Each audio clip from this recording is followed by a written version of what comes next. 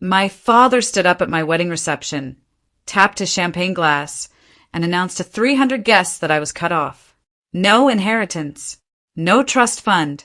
If you marry that mechanic, you're on your own. 6 months later, at the biggest tech gala in Manhattan, he was the one asking my husband for a meeting. If you've ever had someone underestimate the person you love or try to control your life with money, this story is going to feel personal. Subscribe for more intense family revenge stories where loyalty wins and arrogance backfires. Let's get into it. My name is Eliana Sterling.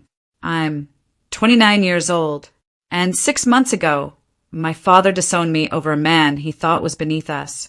My father, Richard Sterling, is a tech CEO, billionaire, magazine covers, private jet, Manhattan penthouse with floor-to-ceiling windows overlooking Central Park.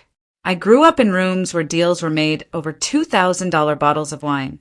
I was raised to marry someone with a last name that opened doors.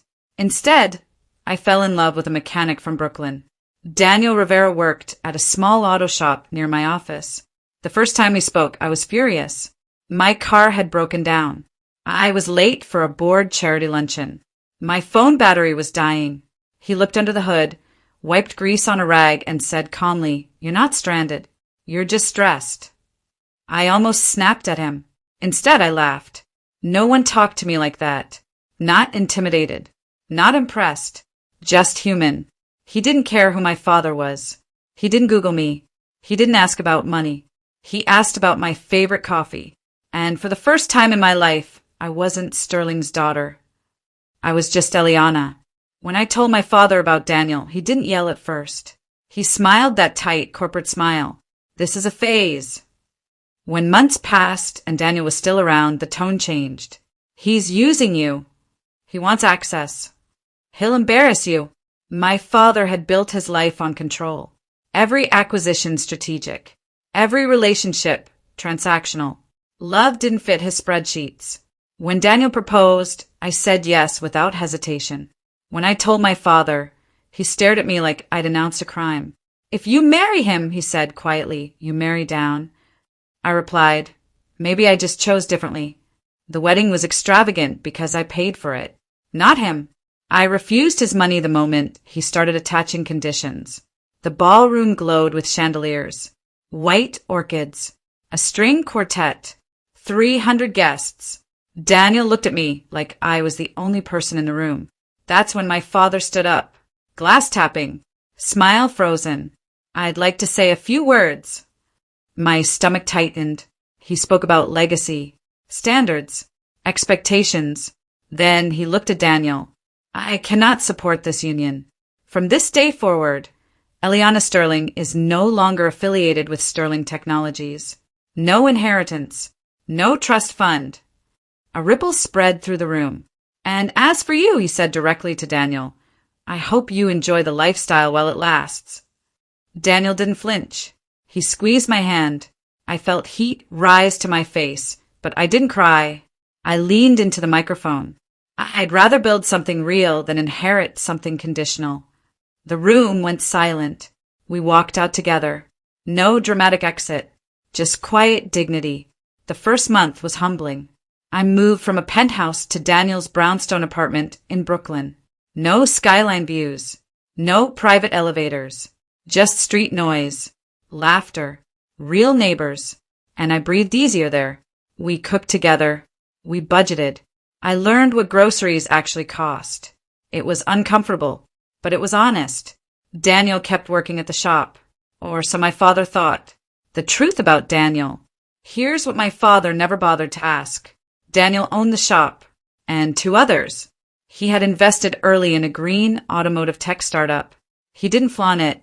He didn't care about labels. He had equity in a company developing next-gen battery systems, the same kind of tech my father's corporation desperately needed to stay competitive. Daniel wasn't poor. He was private. There's a difference. 6 months after the wedding, we attended the Manhattan Tech for Tomorrow Gala. Black tie. Major investors, CEOs, press. Daniel received a VIP invitation because his startup had just secured a government contract. I wore a midnight blue gown. He wore a tailored tux. We weren't there to prove anything. We were there because he was a key investor. When we entered, I saw my father across the ballroom. His expression shifted. Confusion, then recognition, then something close to panic. Because Daniel wasn't standing near the catering staff. He was standing on stage, introduced as a founding partner of NovaVolt Energy, the company projected to disrupt the EV battery market. The company Sterling Technologies had been trying to partner with for months, and failing. After Daniel's speech, applause thundered through the ballroom. Investors surrounded him. That's when my father approached. Not as a father, as a businessman. "Daniel," he said smoothly, extending his hand, "perhaps we could discuss a strategic partnership." Daniel looked at his hand, then at me, then back at him. "I believe you said I'd embarrass your daughter," Daniel replied evenly. My father's jaw tightened.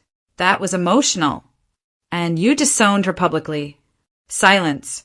People were watching. My father's power thrived in private rooms, not under chandeliers with cameras. Daniel continued calmly, "We choose our partners carefully. Loyalty matters." That word hung in the air. Loyalty. Something my father had traded for control. My father asked for a private meeting. Daniel agreed. Not to reconcile, but to negotiate. Over the next week, Sterling Technologies made 3 offers. Each one declined, not out of spite, but because NovaVolt didn't need them. Finally, my father showed up at our apartment. No driver, no entourage. He looked smaller without the boardroom behind him. "I misjudged you," he told Daniel. Daniel nodded once. "And you misjudged her," he added. My father turned to me. For the first time in my life, he didn't speak from authority. He spoke from realization. "I thought wealth was leverage," he admitted quietly. I held his gaze. "And now?" He exhaled. "Now I see its character." It wasn't dramatic. No shouting. No groveling. Just acknowledgement. Here's the part people expect to be explosive. We didn't bankrupt him. We didn't humiliate him publicly. We let him watch. Watch as Daniel's company soared. Watch as articles featured us as innovators.